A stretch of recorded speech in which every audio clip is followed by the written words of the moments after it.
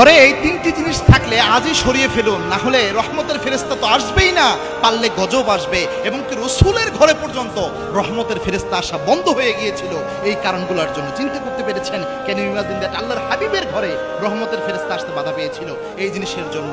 আমাদের ঘরে আছে কিনা একটু মিলিয়ে দেখেন। তার মধ্যে এক নাম্বার যে জিনিসটা, সেটা হচ্ছে ঘরের পরিবেশে কখনো কুকুর প্রতিপালন করবেন না। মনে রাখবেন, যত নবী আল্লাহ এই পৃথিবীতে পাঠিয়েছিলেন সব নবীর মধ্যে সবচেয়ে আমার নবী সম্মানিত।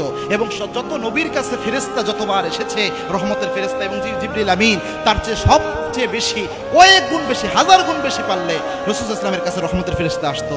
এবং কি শত শত গুণ বেশি জিবরিল আমিন এসেছে আমার নবীর কাছে। কত গুরুত্বপূর্ণ একটা বিষয়, আমার নবীর সম্মান কতটুকু। রাসূল সাল্লাল্লাহু আলাইহি ওয়াসাল্লামের কাছে একবার ওহী আসা বন্ধ হয়ে গিয়েছে, ওহী আসতেছে না। আল্লাহর হাবিব টেনশনে পড়ে গেলেন যে ওহী আসে না কেন, কোনো কিছু আসতেছে না। সাহাবায়ে একরাম নিজেরাও পেরেশান হয়ে গেলেন আল্লাহর হাবিব সাল্লাল্লাহু আলাইহি ওয়াসাল্লামের পেরেশানি দেখে। আল্লাহর হাবিব সাল্লাল্লাহু আলাইহি ওয়াসাল্লাম প্রায় সময় চিন্তা করতে থাকলেন, হঠাৎ করে আমার কাছে ফেরেশতা আসা বন্ধ হয়ে গেল কেন? তখন একবার আল্লাহর হাবিব সাল্লাল্লাহু আলাইহি ওয়াসাল্লামের কাছে এসে জিবরিল আমিন এসে বললেন, ইয়া রাসূলুল্লাহ সাল্লাল্লাহু আলাইহি ওয়াসাল্লাম, আপনি যে ঘরে অবস্থান করছেন এই ঘরের মধ্যে ছোট্ট কুকুরছানা অবস্থান করেছে। আপনার ঘরের মধ্যে এই কুকুরছানার জন্য রহমতের ফেরেশতা ঘরে প্রবেশ করতে পারছে না। লা ইয়াদখুলুল মালায়েকা বাইতুন কালবুন সূরা।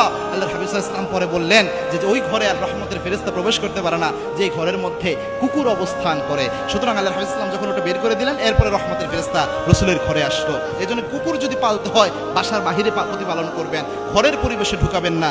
ঘরের পরিবেশে, বাসার পরিবেশে যদি কুকুর থাকে, ওই বাসায় ওই ঘরে রহমতের ফেরেশতা আসতে পারে না। রহমতের ফেরেশতা না আসলে আপনার পরিবারে রহমত আসবে কই থেকে? সুতরাং অবশ্যই চেষ্টা করবেন ঘরের পরিবেশকে কুকুর মুক্ত রাখা। 2 নম্বর হচ্ছে কালবু আও সূরা, ওটা হচ্ছে মূর্তি যদি কোনো ঘরে থাকে। মূর্তি বলতে শুধু বিশাল মূর্তি হিন্দুদের মতো, হিন্দু ভাইদের মতো বানানো এটার নাম মূর্তি নয়। আপনার ঘরের মধ্যে যদি এমন কোনো শোপিস থাকে যেটার মধ্যে প্রাণীর আকৃতি রয়েছে, যেমন অনেকে ঘোড়ার আকৃতি, অনেক প্রাণী, কচ্ছপ, এগুলো আকৃতিওয়ালা শোপিসগুলো ঘরের মধ্যে রাখে, এরকম যদি হয় তাহলে বুঝবেন আপনার ঘরের মধ্যে রহমতের ফেরেশতা আসতে বাধা পাবে। এজন্য এগুলো অবশ্যই সরিয়ে ফেলবেন যেন ঘরের মধ্যে কোনো ধরনের কোনো মূর্তি না থাকে। 3 নাম্বার হচ্ছে বাদ্যযন্ত্র যেন আপনার ঘরের মধ্যে চর্চা না হয়, অপ্রকাশ্য অপরাধ যেন আপনার ঘরের মধ্যে না হয়, তাহলে আপনার ঘরের মধ্যে রহমতের ফেরেশতা আসবে না। নেশাদার কোনো কিছু যেন আপনার ঘরের মধ্যে প্রকাশ্যে, কোনো ঘরের মধ্যে কোনো নেশাদার বস্তু যেন পান না করা হয়। এবং কি আল্লাহর হাবিব সাল্লাল্লাহু আলাইহি ওয়াসাল্লাম জানিয়েছেন, কেউ যদি নেশাদার দ্রব্য পান করে 40 দিন পর্যন্ত তার আমলই কবুল হয় না।